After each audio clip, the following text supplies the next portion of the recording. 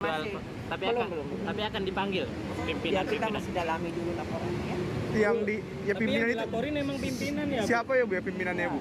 Pimpinan yang Pimpinannya siapa Ibu itu? Kan kemarin Ibu bilang belum dibaca tuh laporannya. Siapa Bu sosoknya Bu? Pimpinan nanti kita dalami dulu ya, apa semua nanti dipanggil atau bagaimana ya. Kabarnya Pak Tanak ya Bu ya? Johanis Tanak. Pak Johanis Tanak ya Bu ya? Yang dilaporkan itu. Pak Tanak ya? Oh, berarti benar. Benar ya Bu? Ya, memang butuh proses ya Tia untuk memeriksa terduga ini ya yang mungkin entahlah mengundang kah atau menerima tahanan, tapi kok kalau menerima tahanan emang bisa ada hak untuk tahanan itu datang ke lantai 15 kan begitu, enggak juga kan dong. biasanya di lantai 2 kan Vi kalau untuk pemeriksaan tahanan dan juga saksi. Nah kita akan membahas mengenai hal ini lebih detail dengan dua narasumber. Sudah ada Bang Saud Situmorang, Wakil Ketua KPK periode 2015 sampai dengan 2019. Selamat pagi. Pagi Bang Saud. Bang Selamat Saud. pagi Indonesia. Kemudian juga ada Bang Saur Siagian, pegiat anti korupsi. Bang Saur, pagi. Pagi Mbak Pagi Rati. Bang Saur. Saya mau ke... Titi jangan salah-salah nama loh ini pagi ini. Jangan ya. Ada Saur, ada Saud. Iya, beda tipis nih namanya nih. Banyak yang ketukar itu. Bang Saud, tapi kalau melihat ini kan kayaknya lagi-lagi begitu ya, citra dari KPK ini melorot di mata publik. Baru-baru ini yang pimpinan KPK bertemu dengan tahanan kasus korupsi. Apa sih sebenarnya yang terjadi? Kok bisa sampai kayak gini? Sedangkan kasus yang kemarin pimpinan ini juga belum beres gitu loh Bang. Jadi kalau menurut saya pertama memang publik ya, yang publik ini sudah memang teracuni gitu. Mereka logika berpikirnya udah jauh. Publik itu saya maksudkan semua kita loh ya. Ya. Termasuk juga media gitu. Oke. Kelihatan yang masih ngejar-ngejar aja masih TV One, yang lain udah lupa nih kayaknya kasus ini. Iya kan, coba aja. Jadi publik terus kemudian kenapa itu bisa seperti itu? Kalau kita kembali ke tahun 2002, tahun 2002 ketika undang-undang KPK mau dibuat, memang itu kita udah teracuni juga. Jadi waktu itu ada daftar isian masalah waktu mereka mau buat undang-undang KPK ini tahun 2002. Dalam daftar isian masalah itu ada disebut kata-kata yang kemudian kata-kata itu minta dihapus. Tapi ketika dihapus saya tahu itu logikanya udah lari. Kata-katanya itu begini, bahwa sejak tahun 60-an kita belum bisa memberantas korupsi dengan benar sehingga kemudian kesejahteraan rakyat Indonesia terganggu.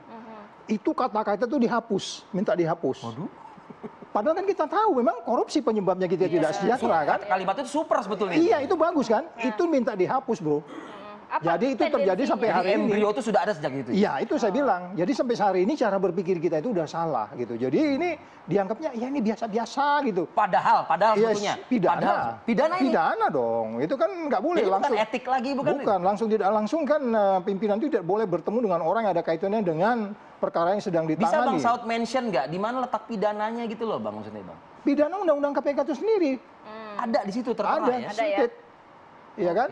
Ya, jadi maksud saya gini, kenapa itu bisa tidak dipahami oleh mereka? Karena memang mereka merasa ini undang-undang baru kan, undang-undang 2019 tahun 2019. Padahal di situ juga undang-undang lamanya tidak dihapus pasal itu. Ada masih di situ. Ada pasal itu. Jadi pakai asumsi ya kan undang-undang baru nih. Ya, gitu. jadi dia berpikir begitu. Sehingga kemudian ini saya bilang model berpikirnya, Anda bisa bayangkan. Lembaga pemberantasan korupsi yang harusnya extraordinary crime, extraordinary person, extraordinary ketat, pokoknya ekstra-ekstra lah.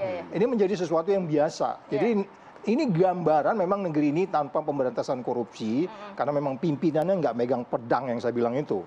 Lu korupsi semua gua tebas, nggak pernah ada gitu. Sanksinya berarti kurang tegas di dalam saat ini. Oh iya itu tercermin kan, ini udah kesalahan yang berikutnya kan ini, yang dilakukan yang bersangkutan. Yang sebelumnya juga ada kan. Itulah ya. Yang sebelumnya masih menjalani sidang kode etik. Si JT inilah, JT ini kan. Yes. Jadi saya pikir model berpikir kita salah. Apa Bang, pecat aja atau langsung ke proses pidana?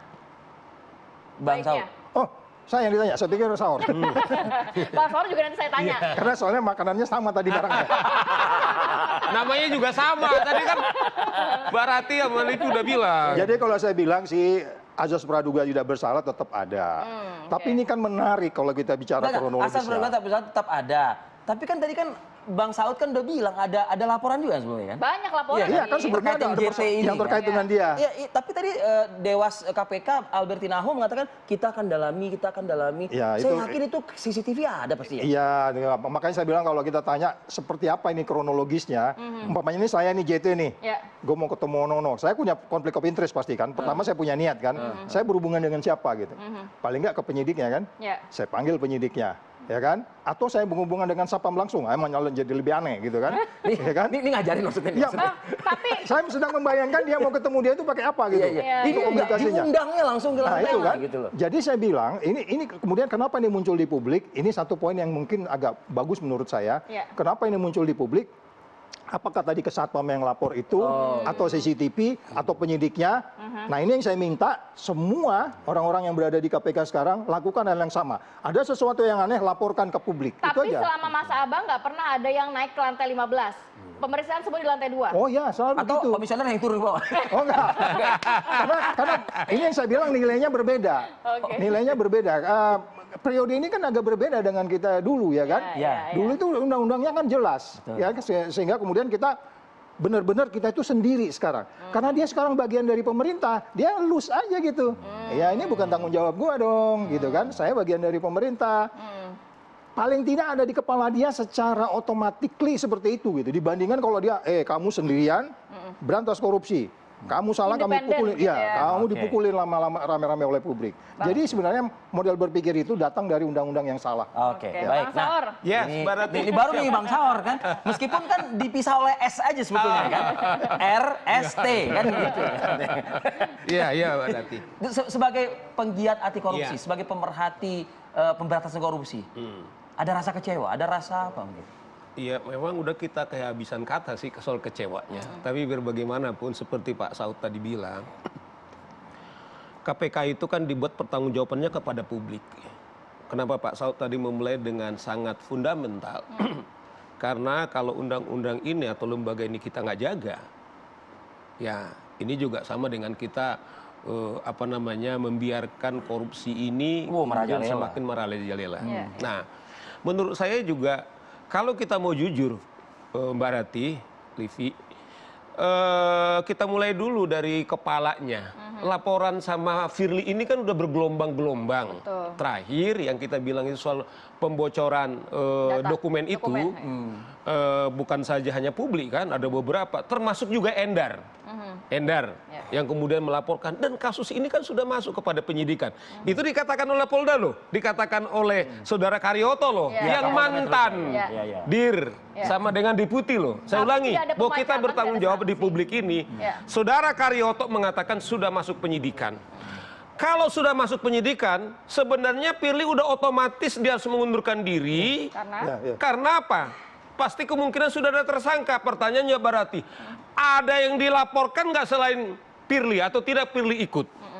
Tapi Bang Saur, gini loh, yang di lantai 15 itu Firly atau Nggak, saya mulai dari sana, karena ini nanti komisioner kolektif dan Mulai kolegial. dari pucuknya ya. kolektif? Kolektif dan kolegial. Oke. Kalau saya melihat, apakah saudara Tanak ini bisa bermain sendiri kalau tidak ada contoh-contoh yang buruk terjadi? Itu maksud Anda ya? Makanya saya bilang ini kita harus mulai dari sana. Tetapi kan aneh. Ada skandal seks di sana, ada skandal seks kan udah dipecat tuh. Ya. Ada korupsi yang bermiliar-miliar yang di tahanan, ada yang tadi kita bilang laporan, tahanan. malah bukan malah dikasih katakanlah tindakan, malah diperpanjang 1 tahun barang ini gitu loh. Kepemimpinannya. Kepemimpinannya ini menurut saya adalah mereka mengatakan mau melakukan kesalahan apapun, toh mereka dibela kok. Itulah dari dulu. Kenapa kita khawatir kalau independensi KPK. lembaga ini kemudian jadi diganti jadi PNS? Inilah akibatnya. Coba bayangkan dulu kalau KPK ini dapat gempuran, Pak Saud Situmorang dan lain-lain itu pas datang. Sekarang selama Firly mereka tutup itu lembaga. Sehingga ini yang kita terjadi. Nah oleh karena itu menurut saya kita harus holistik. Tidak bisa hanya menyerahkan. Ada laporan saudara Firly, harus dong diumumkan. Bagaimana sekarang statusnya Firly? Ya. Ada laporan kepada saudara Yohanes Tanak. Ini kan laporan yang kedua ini. Kita minta Dewas sudah bagaimana? sudah ada Dewasnya pernyataan masih belum banyak berbicara, masih akan Nah, oleh mendalami karena lagi. ini kan yang pertama kita tidak tahu mereka ngapain di sana sehingga makin rusak lagi lembaga ini. Sehingga apa? Staf juga di sana dilihat contoh-contoh yang buruk, mereka juga merasakan bersalah. Nah, oleh karena itu saya kira publik yang sekarang yang masih menjaga ini sehingga kita harapkan lembaga kita, karena apa? kalau kita mensetir apa yang dikatakan oleh Pak Mahfud kan, kita ke udara, korupsi, ke darat, ke laut, bahkan ke langit dengan BTS itu kan korupsi langit itu. Nah, tetapi kita lihat nggak serius kita. Nah, saya jadi mengapresiasi ini hari Minggu yang tadinya saya ke gereja, saya anggap ibadah lah ini. Dari TV One kita masih bicara hal yang sangat penting ini gitu. Ya karena kita juga ingin melihat masih perlu nggak sih kita dengan lembaga ini kalau tampilannya kayak begini-begini juga begitu. Kita lanjutkan diskusi kita. Usai jeda pada berikut kami akan kembali pemirsa.